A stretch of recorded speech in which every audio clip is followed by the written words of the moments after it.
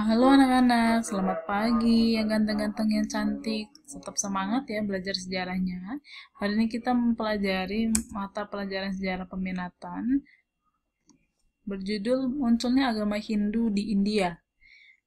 Minggu lalu kita bahas mengenai peradaban India, kita lanjut lagi tentang agama, lebih spesifik ya, tentang agama Hindu yang pertama kali muncul itu di India. Agama Hindu itu tumbuh bersamaan dengan kedatangan bangsa Arya. Nih, bangsa Arya ini adalah bangsa yang memiliki ciri fisik kulitnya putih, badannya tinggi, hidungnya itu mancung. Ke Mohenjo-daro dan Harappa. Ini kota, nama kota ya. Peradaban lembah sungai Indus pada 2000 sampai 1500 sebelum Masehi. Dan mendesak bangsa Dravida, ini orang asli India, yang berhidung pesek, kulit gelap, dan bangsa Munda sebagai suku bangsa asli yang telah mendiami daerah tersebut. Bangsa Dravida ini disebut juga Anasa, yang artinya itu berhidung pesek, dan Dasa itu artinya raksasa. Jadi kemungkinan fisik orang-orang Dravida itu adalah tinggi, besar, hidungnya pesek. Bangsa Arya sendiri termasuk dalam ras Indo-Jerman yang artinya mereka bukan berasal dari India. Awalnya bangsa Arya ini bermata pencaharian sebagai peternak. Kemudian setelah menetap mereka hidup bercocok tanam. Bangsa Arya tuh merasa ras mereka tuh yang tertinggi, sehingga nggak mau tuh bercampur dengan bangsa Dravida. Sehingga bangsa Dravida itu meningkir ke selatan pegunungan Vindhya. Jadi yang menempati daerah utara itu adalah bangsa Arya yang kulitnya putih ya. Nih, ya kurang lebih seperti ini ya. Terus kemudian, agama Hindu merupakan sinkretisme. Sinkretisme sendiri artinya adalah pencampuran agama antara kebudayaan dan kepercayaan bangsa Arya dan bangsa Dravida.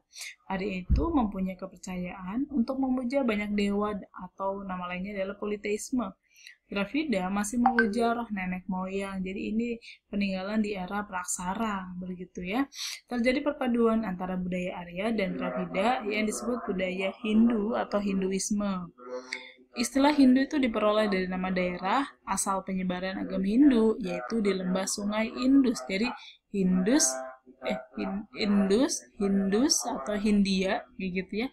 Jadi awal mula nama India pun berasal dari nama sungai Indus, gitu ya. Dalam ajaran agama Hindu dikenal dengan 3 dewa utama. Jadi yang pertama namanya Brahma, yaitu dewa pencipta segala sesuatu. Wisnu sebagai dewa pemelihara alam. Siwa adalah dewa perusak. Ketiga dewa tersebut disebut dengan Trimurti, seperti itu.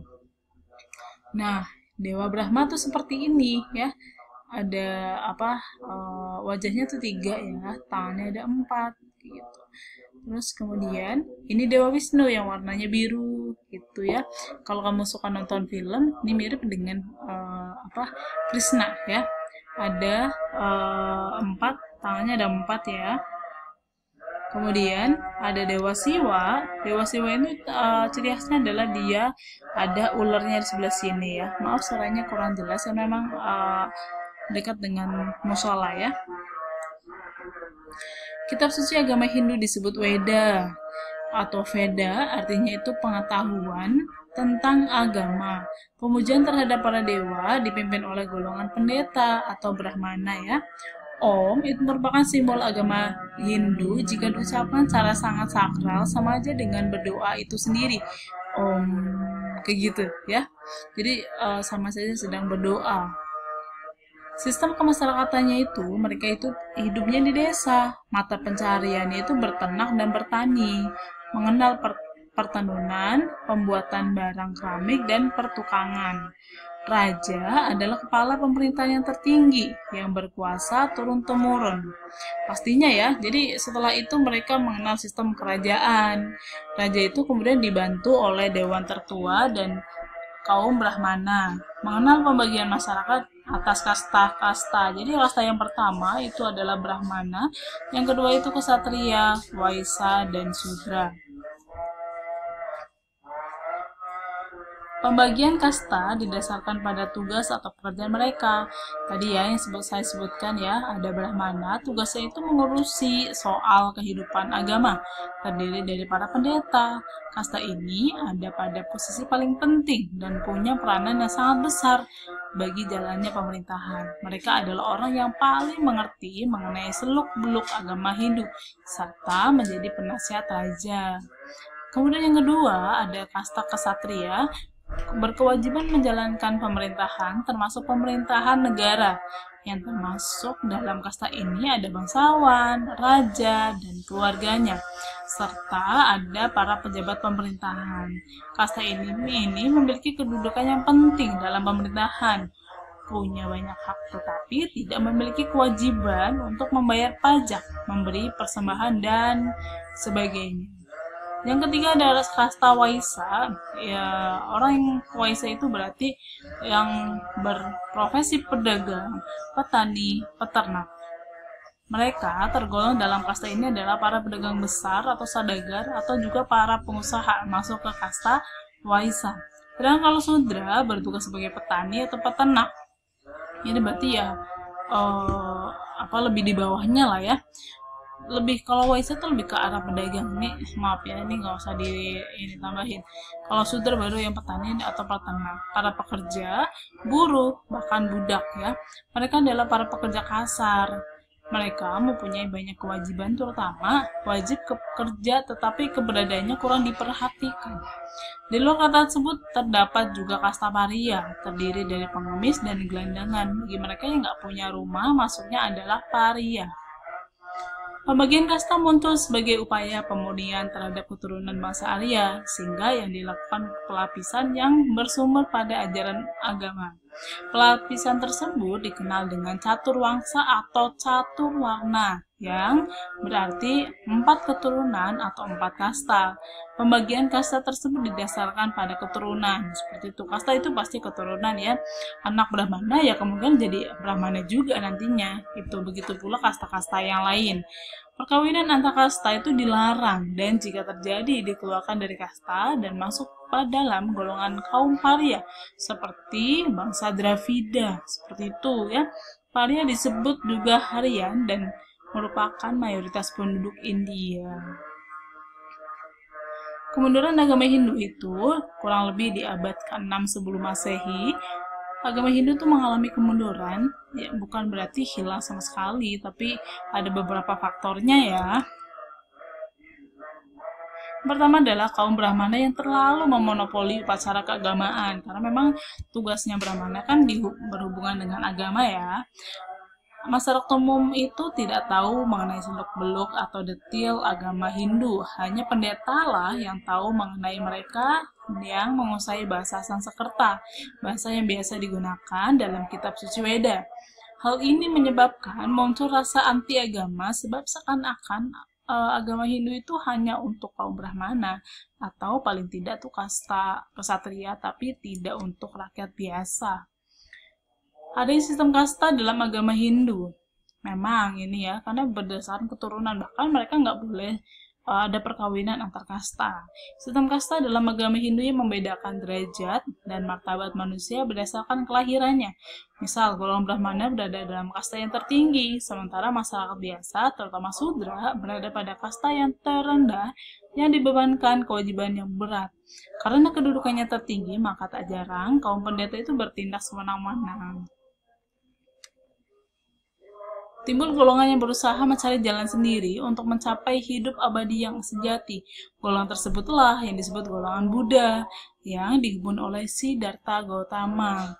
Nah, disinilah muncul dan berkembangnya agama Buddha di India. Jadi, kalau di India itu, awal mula perkembangannya itu adalah agama Hindu, baru Buddha, gitu ya.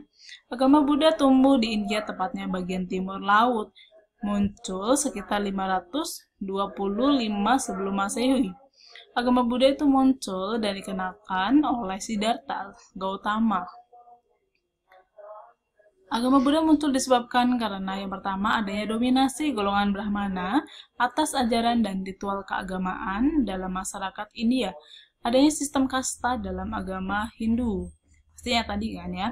Bagi Siddhartha itu kehidupan adalah sebuah penderitaan. Oleh karena itu, manusia harus dapat menghindari diri dari penderitaan atau samsara. Dan demi mencari cara atau jalan untuk membebaskan diri dari penderitaan, guna mencapai kesempurnaan, maka beliau meninggalkan istana dengan segala kemewahannya, melakukan meditasi, tepatnya di bawah pohon Bodhi di daerah Bodhgaya. Dalam meditasinya tersebut, akhirnya Siddhartha memperoleh penerangan agung ya, dan saat itulah terlahir atau tercipta agama Buddha. Jadi dia duduk di bawah pohon di daerah kota namanya Bodhgaya, dan dia menerima wahyu gitu ya. Wahyunya itu namanya adalah Bodhi, artinya yang tercerahkan gitu ya. Agama Buddha ini lahir sebagai upaya pengolahan pemikiran dan pengolahan diri Siddhartha sehingga menemukan cara yang terbaik bagi manusia agar dapat terbebas dari penderitaan di dunia sehingga dapat mencapai kesempurnaan atau nirwana, dan berharap tidak akan terlahir kembali di dunia untuk merasakan penderitaan yang sama. Jadi mereka memang percaya bahwa akan ada kehidupan ya, ketika di dunia selalu berbuat baik, maka dia akan mencapai kesempurnaan atau nirwana. Kalau kita sebut seperti surga, seperti itu ya. Kitab suci agama Buddha itu dibukukan dalam kitab Tripitaka. Tri itu artinya 3, Pitaka itu adanya keranjang. Itu dalam bahasa Sanskerta itu ya. 4 tempat yang dianggap suci oleh umat Buddha, coba diperhatikan. Yang pertama ada Taman Lumbini di Kapilawastu sebagai tempat kelahiran Siddhartha. Sementara itu masa kecil Siddhartha dilewatkan di daerah Kapilawastu tersebut. Jadi tempat sucinya ya. Yang kedua adalah Bodhgaya sebagai tempat Siddhartha menerima penerangan agung atau menerima Bodhi gitu. Benares, Taman Rusa sebagai tempat Siddhartha pertama kali mengajarkan ajarannya. Kusinagara merupakan tempat wafat Siddhartha. Jadi ini adalah 4 tempat suci umat Buddha. Peristiwa kelahiran, menerima penerangan agung, dan kematian Siddhartha terjadi pada tanggal yang bersamaan, yaitu waktu bulan purnama pada bulan Mei. Sehingga ketiga peristiwa tersebut dirayakan umat Buddha sebagai Triwaisa. Perkembangan agama Buddha mencapai puncaknya pada masa Raja Asoka dari dinasti Maurya. Ia mampu menjadikan 3/4 wilayah India menganut agama Buddha, dan ia menetapkan agama Buddha sebagai agama resmi negara. Faktor penyebab agama Buddha cepat sekali berkembang. Lihat yang pertama, penyebaran agama Buddha dilakukan dengan menggunakan, maaf ya saya close dulu.